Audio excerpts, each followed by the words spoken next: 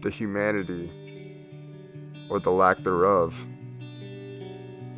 that absence of God in those moments, there was something turned off inside of me. I needed God. I needed him to show up. I needed him to show up in a big way.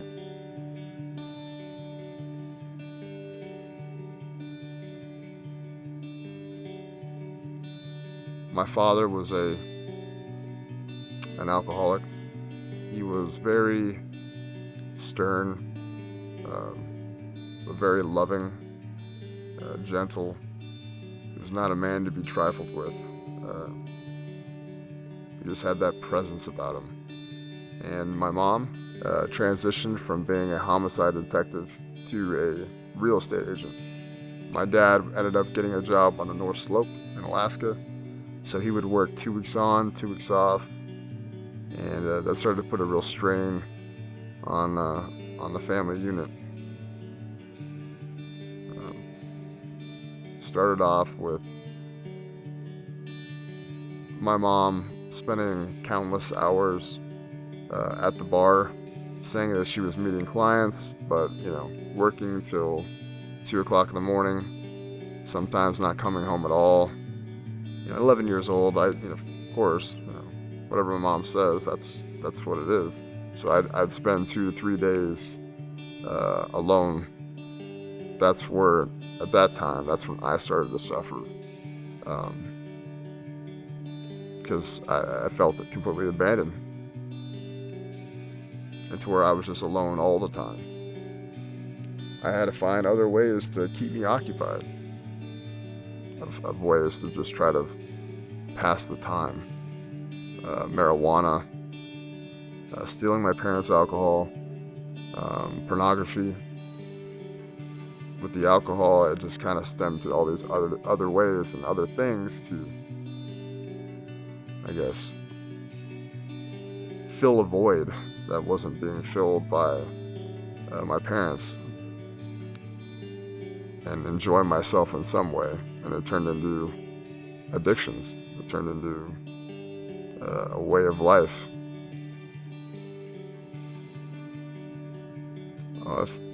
The pressure that I felt when she told me to keep my mouth shut about the adultery was so heavy. So heavy. And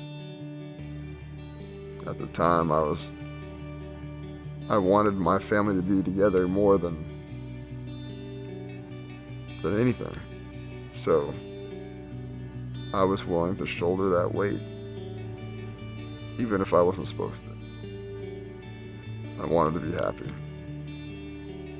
It was something I was trying to find something, and I don't know what it was. I go back to my vehicle. As I'm about to get inside, this green minivan rolls up, and these 2 big black guys jump out of this SUV, or minivan, I'm sorry, and they're both about 6'5", and they're looking at me, and they said, "Hey boy, what you doing?" I said, "Well sir, I'm trying to join the Air Force." He said, "Oh, well they don't work. Why don't you come talk with us? Your mama must be proud of you." I said, "Okay, yes sir, I will." So at that point, I followed him into the recruiting station, and I joined the infantry. And because I needed that discipline, I needed to get away. I needed to get into an environment that was more of a family than what I had.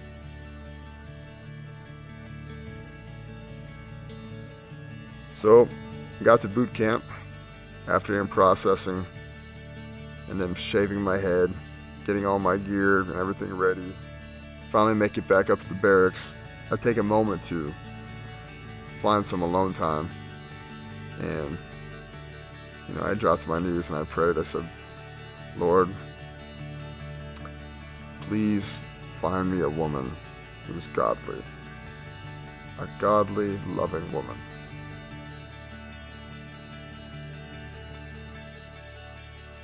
I end up going to my unit, and at my unit, I meet all the people that I'm going to be spending the next 4 years with. A lot of great men, just brothers. It was a family that I was missing, family that I didn't have growing up. This was about 2 years later, because we did a lot of hard training leading up to that point. I said, you have 2 weeks to leave, go make the best of it. Some of you aren't coming home. I went to Arizona, and I ended up meeting this beautiful woman by the name of Ashley Foster. She was just, there was love at first sight. This was God's prayer being answered right in front of me. We finally made it to Mosul, boots on the ground, and we met up with our unit that we were taking over. They'd already been there for a year, and they were going to show us the ropes. It's called a left seat, right seat ride. So half of our platoon would go with their platoon leaders, and they would show us our area of operation. It was very graphic. It was eye-opening, and looking at all this chaos. That was just our first mission. We hadn't even tapped into the real evil that was in this place. And so as we drove the streets and we saw bodies laying in the ditches and children shot or burned, the humanity or the lack thereof, it destroyed me. It destroyed me. And I thought to myself, well, God, Lord, please keep all of my brothers safe and allow us to return home. A month later, we ended up taking a small arms fire, and my best friend, Lucas Allen France, was shot in the face and dropped down through the air guard hatch, landed over into my lap, and bled out in my arms. At one hand, I had an answered prayer for a beautiful, godly woman. On the other hand, I had an unanswered prayer for all my brothers to come home. And so I was at a loss of what kind of God would allow this to happen. However, when I came back, there was a part of me that was just not right. There was something turned off inside of me. That absence of God in those moments. So I started drinking a lot. Anytime I could get my hands on it. In the morning, in the daytime, just trying to function. Being able to go to a supermarket or go into a public place with my family without my adrenaline being maxed out, pegged out, looking for threats, having nightmares, flashbacks. Toward the end, I was searching for God because I got to a point where I was disgusted with myself. I was no longer the honorable man that served his country. I had turned into this alcoholic. My wife, a couple weeks back, had bought me the New Living Translation, and I hadn't even taken it out of the wrapper yet. So I went over there, I grabbed it, and I wanted to start with the Matthew, Mark, Luke, and John. And I'm going page by page. I was just crushing these books. And it was like a dying plant. It's finally getting, water.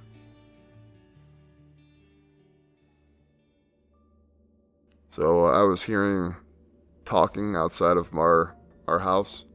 Alarms were going off. Garage door alarm, window, I heard like someone was on the roof. So I would run outside, grab a ladder, go up on the roof, look. One time I went up there and I found a flashlight that wasn't mine. Footprints, chairs moved over. I went and talked to the neighbors. I went and spoke with everyone, and no one said anything was happening. They didn't hear anything. It got to the point where I was completely just broken. No fight left. I was gonna have my family lock me up into a mental institution, or, I contemplated suicide. All that evil just stained me from the inside out, and I didn't know what to do.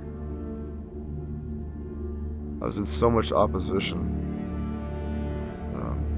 from the enemy.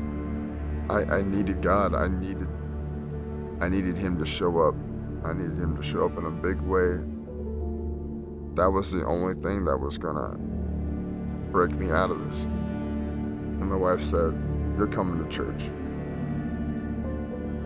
We get in the car, we drive to church. I wasn't, I'd sit around, I'd see people worshiping, and, they have their hands up, and I had no idea what that was about, and I didn't really get it. Here I am, I'd have my arms crossed or hands at my side, and I wouldn't even bob my head to the music, just as it was a good melody. I was just locked. Pastor Morgan was leading worship that day, and she was singing, "Come away with me, come away with me. It's not too late, it's not too late." All of a sudden, I started convulsing. And I'm talking like my entire body convulsing. I started to weep uncontrollably. And I don't know what was happening to me. I was hearing this song, but I was feeling the presence of God in that room. And I closed my eyes, and I'm trying to keep it together, not try to embarrass myself like that really even mattered. But I'm just trying to hold it together, and